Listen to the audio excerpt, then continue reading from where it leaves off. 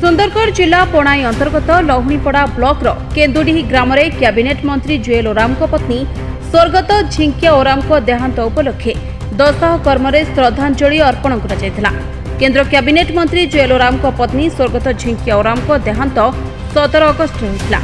कार्यक्रम में मुख्यमंत्री मोहन माझी समेत केन्द्र कैबिनेट मंत्री धर्मेन्द्र प्रधान प्रमुख जोगदे श्रद्धांजलि अर्पण कर आत्मार सद्गति प्रार्थना करते। सहित बणाई उपखंड अधीनस्थ समस्त प्रशासनिक अधिकारी पुलिस प्रशासन बीजेपी कार्यकर्ता जनसाधारण प्रमुख यह कार्यक्रम में जोगदे श्रद्धांजलि अर्पण करते। मोर धर्मपत्नी मोर संगे 45 वर्ष सांगरे थिले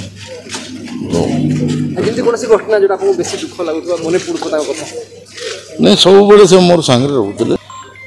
आज 10 दिन क्रियाक्रम मुझे आत्मा शांति पाऊ बहुत लोग मो घर को आसछंती मते संवेदना जणी से धन्यवाद देउछि। Rourkela Sanjeev Parik report NNS Odia.